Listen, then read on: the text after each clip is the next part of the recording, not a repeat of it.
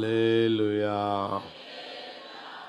యెహోవా దయాళుడు, యెహోవా దయాళుడు, యెహోవా దయాళుడు, యెహోవా దయాళుడు, యెహోవా దయాళుడు, యెహోవా దయాళుడు. ఆయన కృప నిరంతరముండును గాక. ఆయన కృప నిరంతరం చూపును గాక. మనందరి పట్ల ఆయన కృప నిరంతరం చూపును గాక. ప్రాంత పరిచర్య పట్ల ఆయన కృప నిరంతరం చూపును గాక. మన ప్రాంతం పట్ల ఆయన కృప నిరంతరం చూపును గాక. మన రాష్ట్రం పట్ల, మన దేశం పట్ల ఆయన కృప నిరంతరం చూపును గాక. హల్లెలూయా. వచ్చే ఆదివారం రోజున నెల చివరి ఆదివారం కనుక ప్రతీ నెల చివరి ఆదివారం మందిరంలో యవనస్తుల కూడిక జరుగుతుంది కనుక తల్లులుగా ఉన్న మీరంతా మీ పిల్లల్ని తప్పకుండా యూత్ మీటింగ్లో పాలు పొందేటట్లుగా మీరు సహకరించాలని, యవనస్తులు పాలు పొందాలని ప్రేమతో తెలియజేస్తూ ఉన్నా. ప్రభు అలాగు చేయును గాక.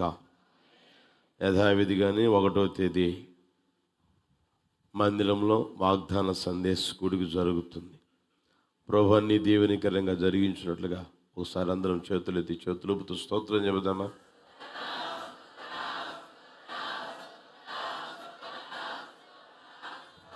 స్తోత్రం, స్తోత్రం, స్తోత్రం, స్తోత్రం. హల్లెలూయా, హల్లెలూయా. మన ప్రభువైన యేసుక్రీస్తు వారి శ్రేష్టమైన నామంలో కూడి వచ్చిన మీ అందరికీ నా హృదయపూర్వకమైన వందనాలు, స్తోత్రాలు. కొద్ది సమయం దేవుని వాక్యాన్ని విందాం. వినపడుతుందా? వెనక, పైన, పైన, సైడు, సైడు, సైడ్ అంటే చూడన్నాను ఒకసారి. ప్రభు అందరినీ దీవించును గాక. సియోనులో నుండి నా యేసయ్య మనలందరినీ ఆశీర్వదించును గాక. హల్లెలూయా. కీర్తనల పుస్తకం 23వ కీర్తన మనందరికీ బాగా సుపరిచితమైన కీర్తన. అంత మాత్రమే కాకుండా వాక్య భాగం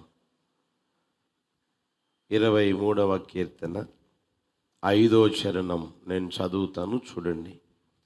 నా శత్రువుల ఎదుట నీవు నాకు భోజనము సిద్ధపరచుదువు, నూనెతో నా తల అంటి ఉన్నావు, నా గిన్నె నిండి పోర్లుచున్నది. అందరం చదువుదామా? బిగ్గరగా. నా శత్రువుల ఎదుట నీవు నాకు భోజనము సిద్ధపరచుదువు, నూనెతో నా తల అంటి ఉన్నావు, నా గిన్నె నిండి పొర్లుచున్నది. హల్లెలూయా. ఈ వాక్య భాగం మనకి చాలా సుపరిచితమైన వాక్య భాగం.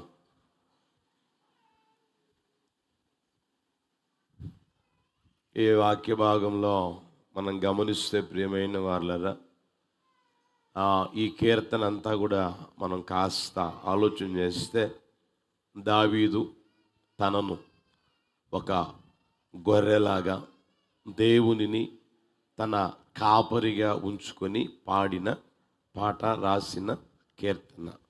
ఆ వాక్య భాగం మనం గమనిస్తే మొదటి నుంచి చూడండి. యెహోవా నా కాపరి, లేమి లేకుండా చేస్తూ ఉన్నాడు, పచ్చి కలిగిన చోట్ల ఆయన పరుండ చేస్తూ ఉన్నాడు, శాంతికరమైన జలముల యొద్ద నడిపిస్తూ ఉన్నాడు, ప్రాణమునకు సేద తీరుస్తూ ఉన్నాడు, ఆయన నామమును బట్టి నీతి మార్గములో నడిపిస్తూ ఉన్నాడు, గాఢాంధకారపు లోయలో సంచరించిన అపాయమునకు భయపడడం లేదు, ఆయన తోడై ఉన్నాడు, దుడ్డు కర్ర దండము ఆదరిస్తూ ఉంది, శత్రువుల ఎదుట భోజనం సిద్ధపరిచాడు, నూనెతో నా తల అంటి ఉన్నాడు, గిన్నె నిండి పొర్లుచున్నది, బ్రతుకు దినములన్నీ కృపాక్షేమముల వెంట వస్తున్నాయి, చిరకాలం యెహోవా మందిరంలో నివాసము చేసేదను అంటా ఉన్నాడు. అంటే దేవుడు కాపరిగా ఉంటే ఏమండి కలిగే దీవెనలు ఆశీర్వాదాలు అక్కడ ఉన్నాయి.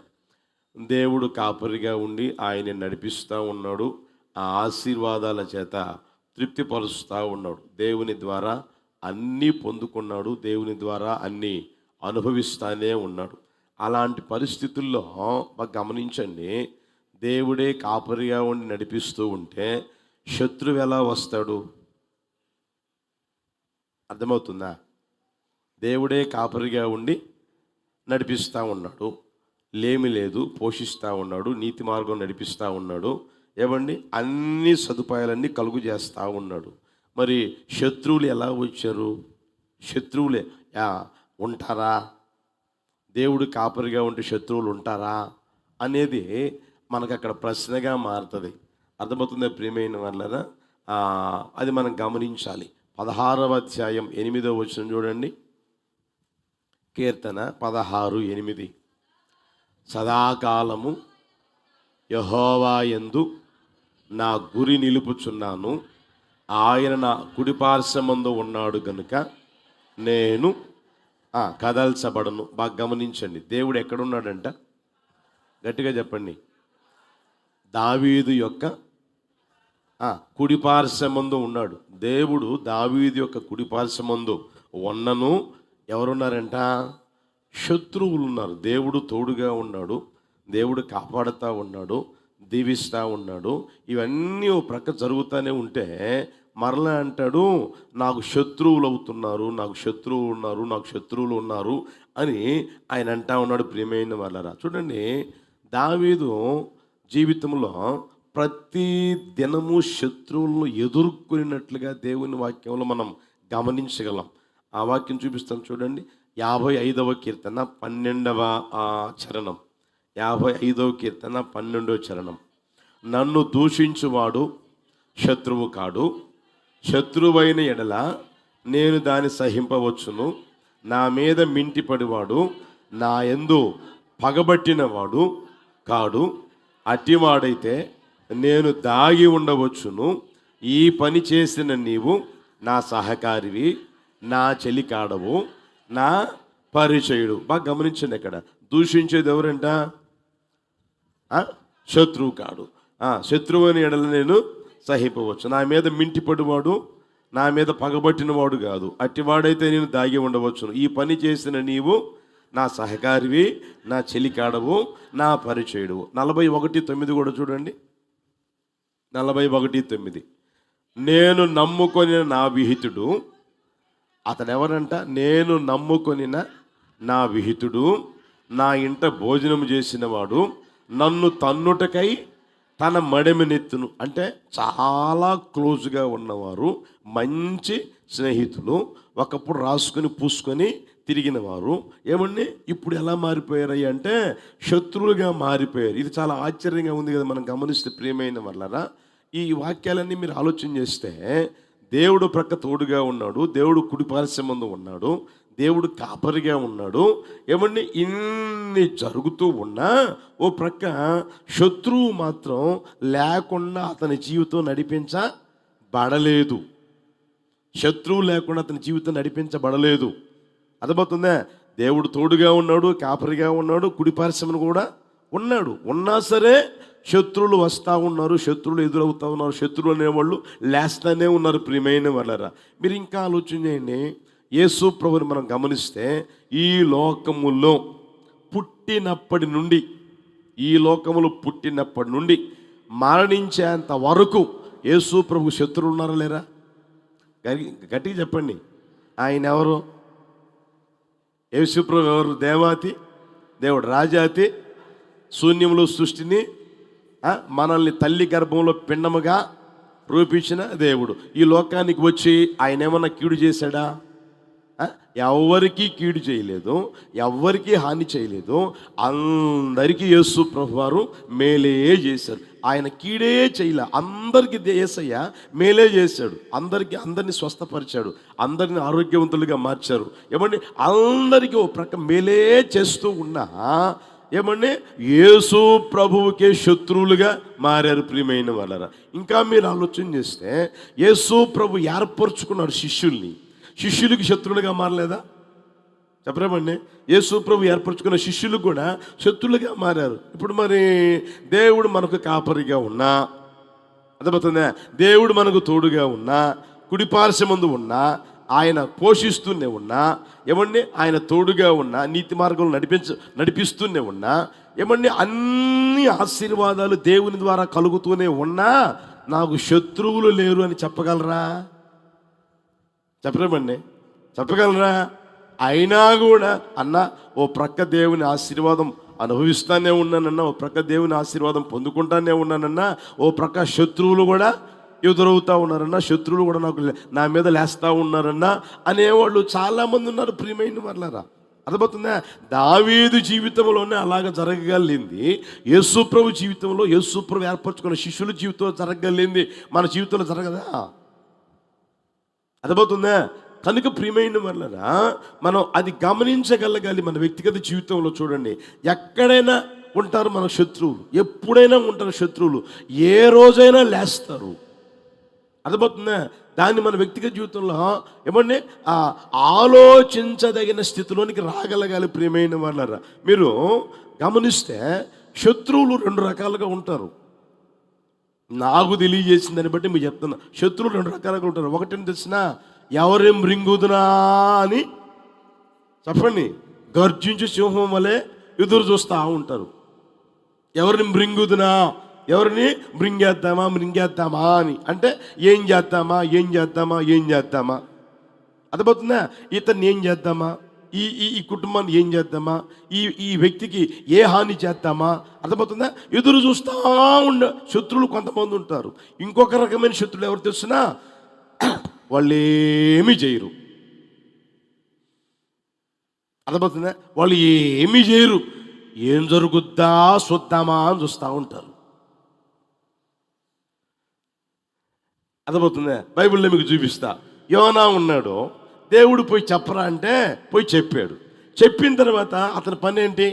దేవుని వాక్యం చెప్పడం, తర్వాత వచ్చి ఏమండి ఆయన పని ఆయన చేసుకోవడం కదా.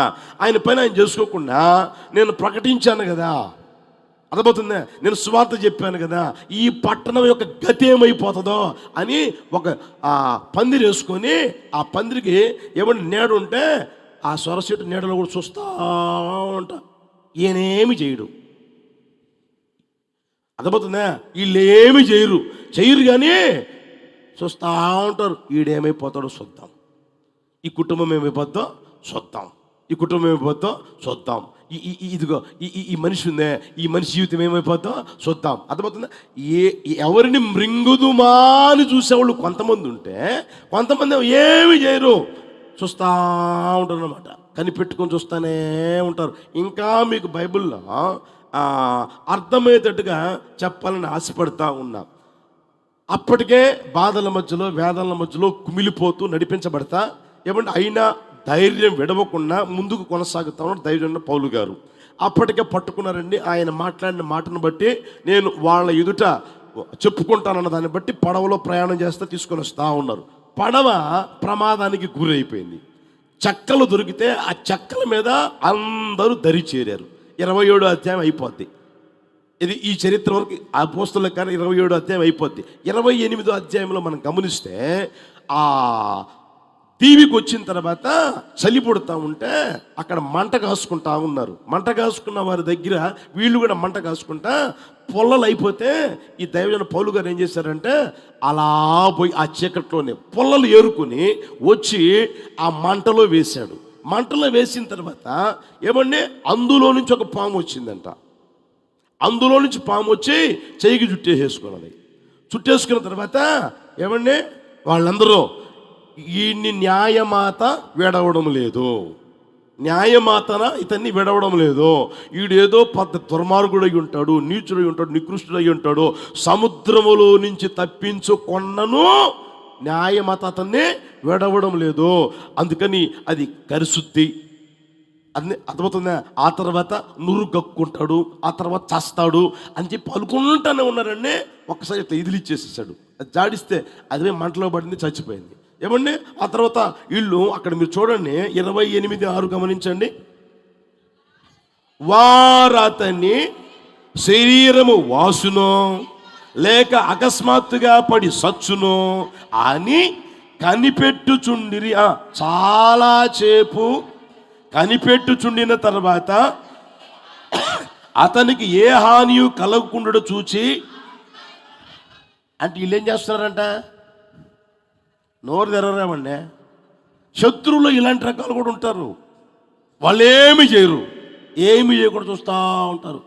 ఏం జరుగుద్దా, చెయ్యి వస్తుందా, కాలు వస్తుందా, లేకపోతే నోట్లో నుంచి నురుకెక్కి చెప్పండి చస్తాడా, లేకపోతే ఏమవుతుందా అని చెప్పి చూస్తూ ఉంటారు అన్నమాట. ఇలాంటి శత్రువులు కూడా ఉంటారు ప్రియమైన వాళ్ళరా. ఒకరేమో మృంగే రకం, ఎప్పుడు దొరుకుతారా వాళ్ళు మింగుదామని మింగే రకం, ఒకరు పాడు చేసే రకం. వీళ్ళు పాడు చేయరు, ఏమి చేయరు, చూస్తూ ఉంటారు అన్నమాట.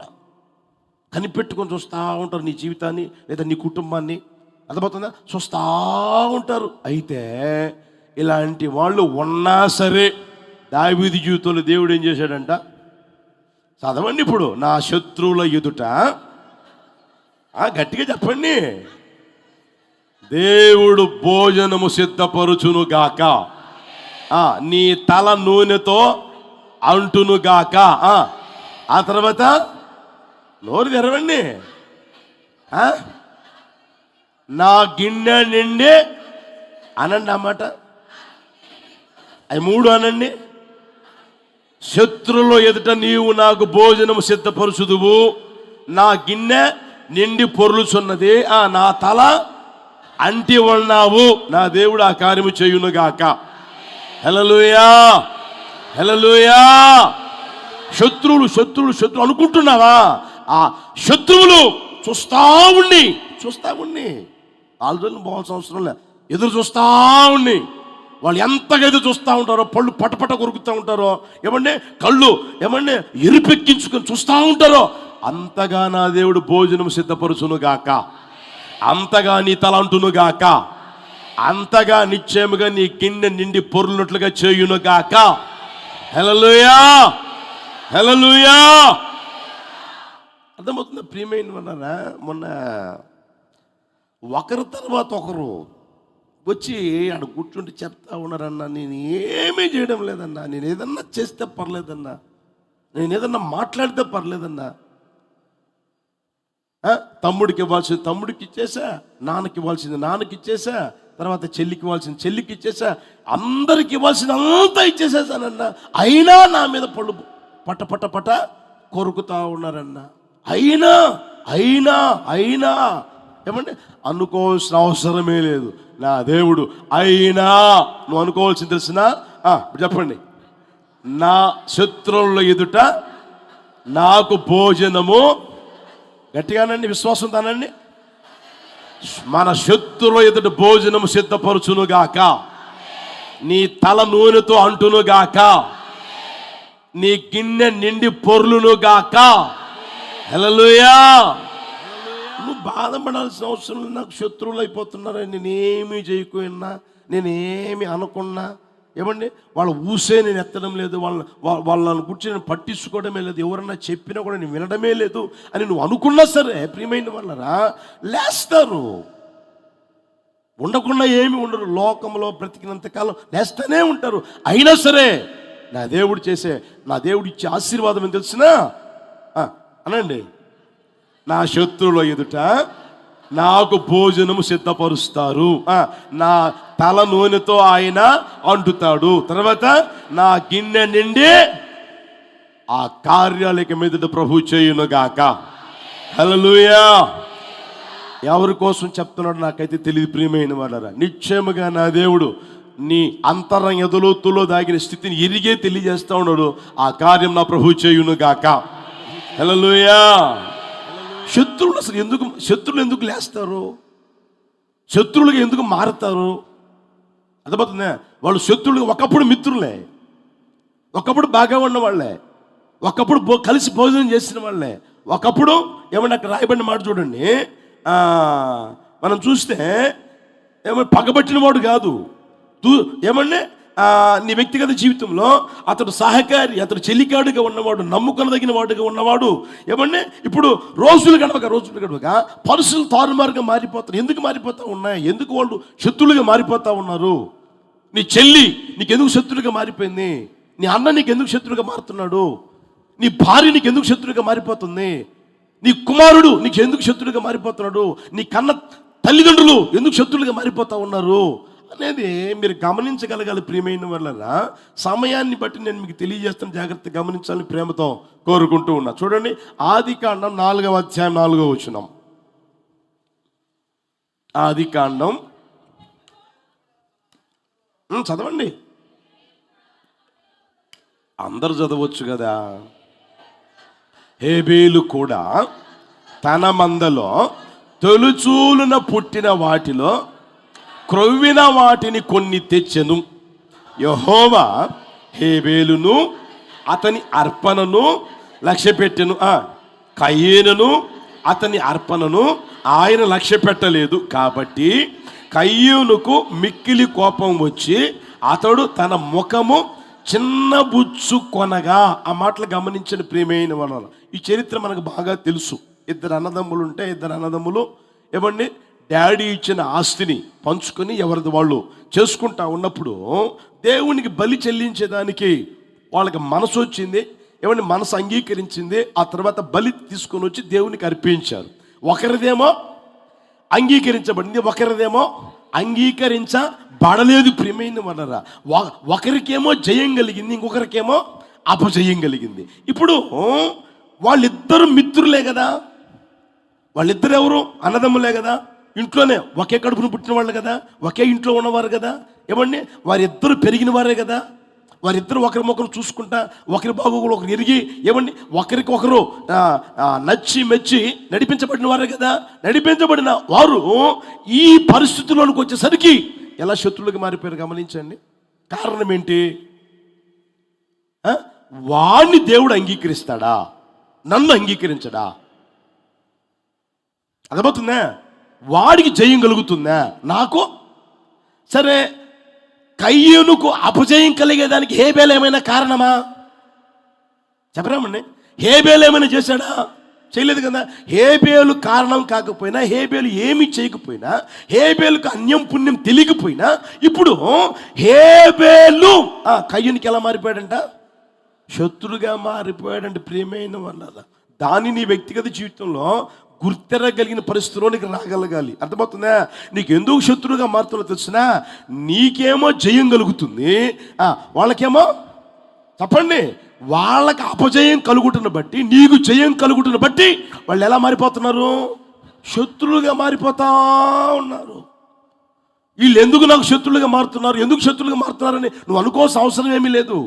ఒకటే అనుకో, ఓహో దేవుడు నన్ను అంగీకరించాడా, దేవుడు నాకు జయం ఇచ్చాడు, వాళ్ళకి జయము ఇవాళ, అందుకనే శత్రులుగా మారారు. అర్థమవుతుంది ప్రియమైన వాళ్ళరా?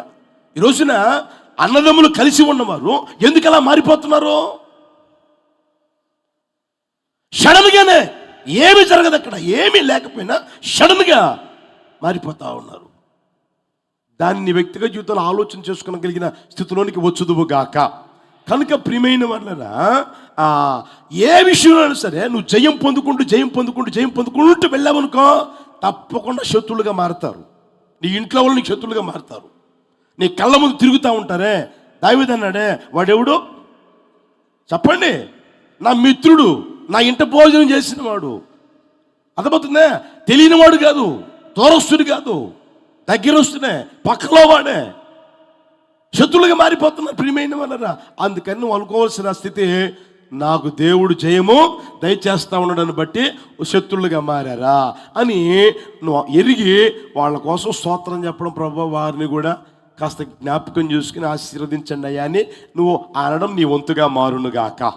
నా ప్రభుటి కృప దయచేయునుగాక. బైబిల్లో మేము మనందరికీ బాగా పరిచయం. సౌలుతో ఉన్నవారు యుద్ధానికని బయలుదేరి వెళ్ళి ఆ గొల్యాతు మాటలు విని ఒక్కడు కూడా అడుగు ముందుకు వేయడంలే. భయపడిపోయి బహుభీతులుగా మారిపోయి అలాగ బారో తెరవబడి ఏమని నడిపించబడతా ఉన్నారు. వాడేమో 40 దినాలు, ఇంచుమించుగా 40 దినాలు రావడం, లోపలికి పోవడం, గుడారం నుంచి బయటికి రావడం, ఉదయం సాయంకాలం ఇలాంటి మాటలు మాట్లాడడం, ఆ తర్వాత మౌనంగా ఉండడం, అలా జరుగుతూ ఉంది. అరే యుద్ధానికి వచ్చాం కదా, నేను రాజుని కదా, మా దగ్గర సైన్యం ఉంది కదా, అరే ఇంతమంది ఉన్నాం కదా, వాడు ఒక్కడ ఏం చెయ్యగలడు అన్న ధైర్యం ఏమైనా వచ్చిందా?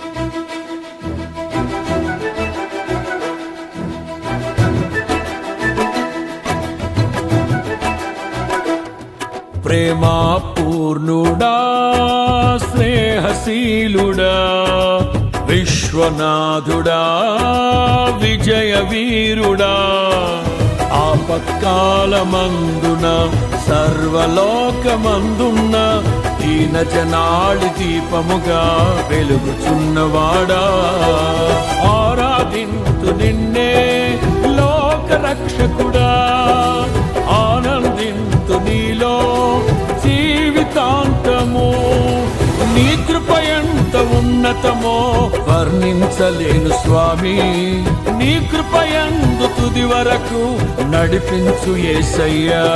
ప్రేమా పూర్ణుడా, స్నేహశీలుడా, విశ్వనాథుడా, విజయ వీరుడా.